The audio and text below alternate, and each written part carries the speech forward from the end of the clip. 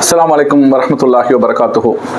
உலகம் அழியக்கூடிய அந்த மறுமை நாள் வருவதற்கு முன்பாக நடந்தேறக்கூடிய நிகழ்வாக இதையெல்லாம் அல்லாஹ்வுடைய தூதர் நமக்கு சொல்லி தந்திருக்கிறார்களோ அந்த போன்ற நிகழ்வுகள் எல்லாம் நடைபெறாமல் கண்டிப்பாக யுக முடிவு நாள் என்பது நடக்கவே நடக்காது. இன்றைக்கு உலக அளவில் நீங்கள் எடுத்துக்கொண்டா கூட சரி, ஆண்களும் பெண்களும் பார்த்தீங்கன்னா மக்கள் தொகையில கணக்கு சரி நிகராக தான் இருப்பார்கள். கொஞ்சம் ஒரு சதவீதம் ஏற்ற இறக்கம் இருக்கலாம். ஆனால் ரசூல் ஸல்லல்லாஹு அலைஹி வஸல்லம் சொல்றாங்க, மறுமை நாளுடைய நெருக்கத்தில் பெண்களுடைய எண்ணிக்கை அதிகமான அளவில் இருக்கும். எந்த அளவுக்கு என்று சொன்னால் 1:50. ஆண்கள் ரொம்ப குறைவாக எண்ணிக்கையில் இருப்பார்கள்.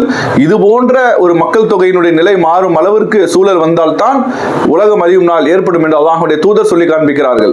1:50 நிலை மாறும் என்று சொன்னால் அது இன்றைக்கு அந்த கால சூழல் இல்லை, எதிர்காலத்தில் அப்படி ஒரு சூழல் வரலாம்.